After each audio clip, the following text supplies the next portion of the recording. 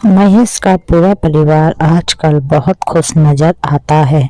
और खुश भी क्यों ना हो, महेश को अपनी इकलौती बेटी के लिए एक ऑफिसर दामाद जो बिल्कुल मुफ्त में मिल रहा था। शादी भी बहुत सादगी से होने वाली थी। ना लेन देन को लेकर चिंता थी, न शादी में होने वाले अन्य खर्चों की। अतः महेश जी के पैर मारे खुशी की जमीन पर कभी पड़ते ही ना थे।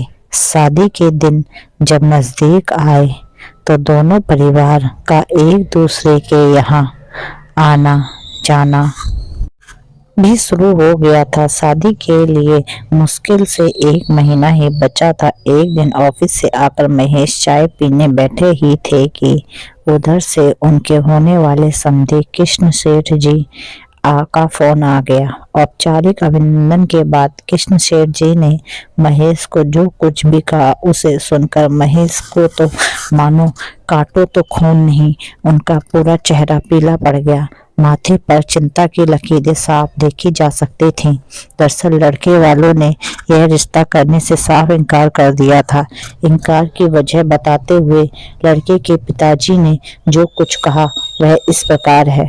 समधी जी, आपने हमारे होने वाली बहू की शैक्षणिक योग्यता की तो प्रमाण पत्र दिखा दिए थे, पर हम यह भी देखना था कि आपने इन्हें संस्कार कैसे दिए हैं, आपने इन्हें कैसी परवरिश दी है। क्या आपकी बेटी हमारी परवरिश वह परिवेश को स्वीकार कर पाएगी या नहीं। इन्हीं बातों को जानने के लिए पिछले 2 महीनों में मैं 3 से 4 बार आपके यहाँ आया। मैं जानबूझकर बार बार अलग अलग समय पर आपके यहाँ गया। मैं जब भी आपके यहाँ गया समधन जी को मैंने हमेशा कुछ ना कुछ करते हुए पाया। कभी खाना बनाते, कभी कपड़े धोते, तो कभी झाड़ू पोछा करते हुए। कभी मुझे वह काम करते वक्त थोड़ा परेशान दिखी, पर मैंने कभी अपनी होने वाली बहू को घर के किसी भी काम में अपनी माँ को हाथ बटाते नहीं देखा। माफ कीजिएगा समधी जी, मुझे अपने घर के लिए एक बहू चाहिए।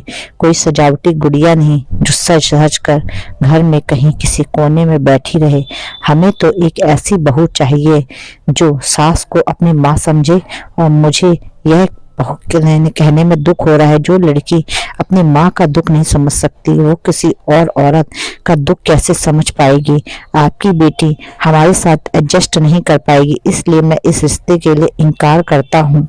दोस्तों, आज का समय आ गया है कि हर लड़की के माता पिता को इस बातों का ध्यान जरूर रखना चाहिए और इन बातों पर जरूर विचार करना चाहिए।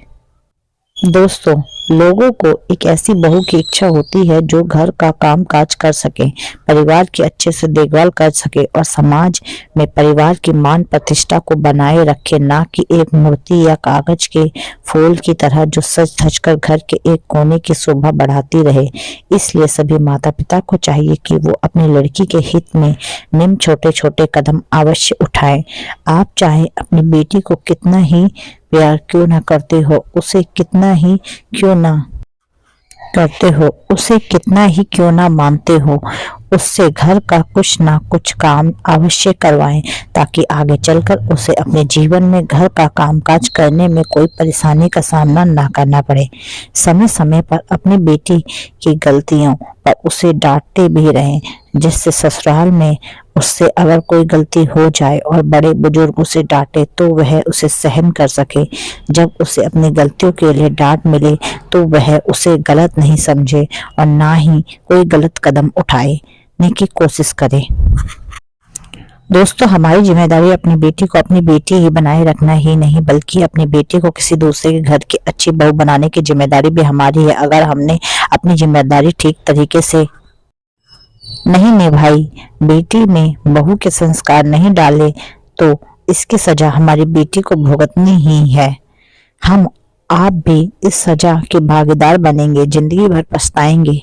हर किसी को सुंदर, सुशील, संस्कारी और कामकाजी बहू चाहिए, लेकिन जब हम अपनी बेटी में ऐसे संस्कार और गुण डालेंगे ही नहीं तो हमें अच्छी बहू कहाँ से मिलेगी।